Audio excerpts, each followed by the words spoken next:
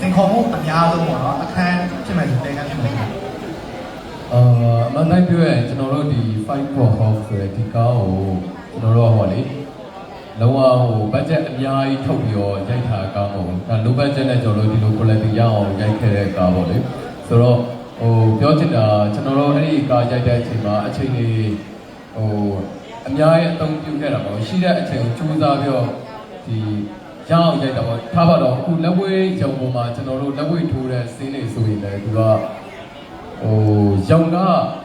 အားတဲ့ရက်မှာကျွန်တော်တို့ကသွားရိုက်ရတာဥပမာထားပါတော့ရုံက2ရက်ပဲအားတယ်ရိုက်ရမယ့်စင်းက10စင်းလောက်ရှိတယ်ပုံမှန်ဆိုရင်လက်ဝဲထွေဆောင်းတာအခုပြောသလိုလေတကယ်လက်ဝဲသမားတွေတောင်မှ3မိနစ်3ခါလား4ခါဘယ်လောက်လဲ3ခါနော်အဲ့လောက်ထိုးရောကွဲပြေးရောပြင်မထားပါတော့ကျွန်တော်ကကျတော့ရဟာဇန်မှာလည်းခဏထိုးရတယ်တကယ်ရိုက်တော့လည်းထိုးရတယ်အဲ့လိုမျိုးတရက်တဲ့နဲ့6စင်းလောက်လို့နော်ပြီးအောင်တောက်လျှောက်ရိုက်ရကျွန်တော်ကိုနေထူးလာရောပေါ့ဆိုတော့အခက်ခဲဆိုတာထက်ကိုဘယ်လိုပြပင်ပန်းပြီးတော့လေထိခိုက်ဒဏ်ရာတွေလည်းရကြတယ်တစ်ခါကျကျွန်တော်တို့တိုက်ထားတဲ့အကွက်တွေရှိတယ်အခုကျွန်တော်ညာဘက်ထိုးလိုက်မယ်အခုကထားတော့ညာဘက်ထိုးရင်ဘယ်ဘက်ကိုရှောင်တော့အဲ့လိုခါကျကိုကညာဘက်ထိုးရင်သူကညာဘက်ရှောင်လို့အဲ့လိုထုံးပြီးသွားအားတွေလည်းရှိတယ်ဆိုတော့ကျွန်တော်တို့ဒီဟာကိုအကောင်းဆုံးကြိုးစားပြီးတော့ရိုက်ထားတယ်အခက်ခဲတော့အခက်ခဲရတော့အများကြီးရှိပါတယ်ဟုတ်ความท้าทายก็มีเวลาจำกัดแล้วก็งบประมาณที่เราใช้ไม่เยอะก็เลยเวลาไทยฉายเนี่ยมีจำกัดก็เลยเวลาไทย60ใช่ไหมครับแต่ว่าใช้เวลาทั้งวัน2วันมันก็เลยเหนื่อยตรงที่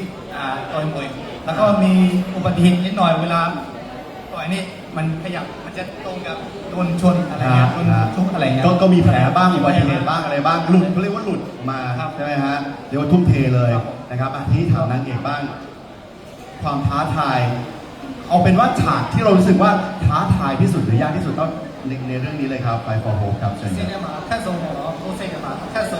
看片美谁看片美哎呀ဂျမီကတော့ကံကောင်းထောက်မှဆိုတာနဲ့ဘောက်ဆာမဟုတ်တော့ထိခိုက်ဒဏ်ရာရတာမျိုးတွေပါတော့မရှိခဲ့ဘူးဒါပေမဲ့ယမင်းတို့ပါဝင်တဲ့ဒီအကိုတွေဆိုလို့ရှိရင်တကယ်ကို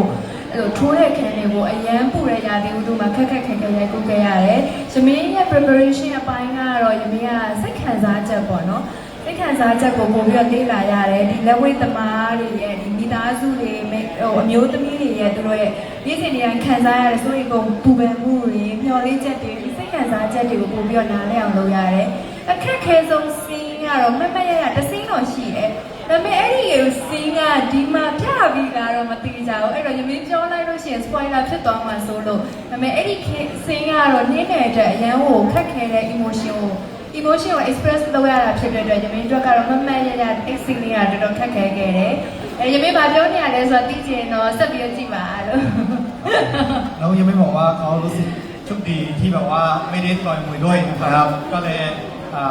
ไม่ได้เหนื่อยเท่าไหร่แต่ว่ารู้สึกความรู้สึกที่แบบว่าต้องคาแรคเตอร์ที่แบบเหมาะสมเราต้องฝึกจิตใจที่แบบว่าเข้ากับคาแรคเตอร์มันจะยากตรงนั้นแต่ว่าช่วงนี้บอกไม่ได้แต่ว่าถ้าบอกไปแล้วกลัวทุกคนรู้ว่ามันจะไม่สปอยเขาเรียกสปอยเดี๋ยวจะไปสปอยตอนที่ยังไม่ออกใช่ไหมฮะก็เลยไม่แน่ใจว่าดูหรือยังแต่ว่าถ้ายังไม่ได้ดูก็ไปดูที่หนังเรื่องนี้นะครับครับแต่ผมบอกเลยเท่าที่ผมดูมา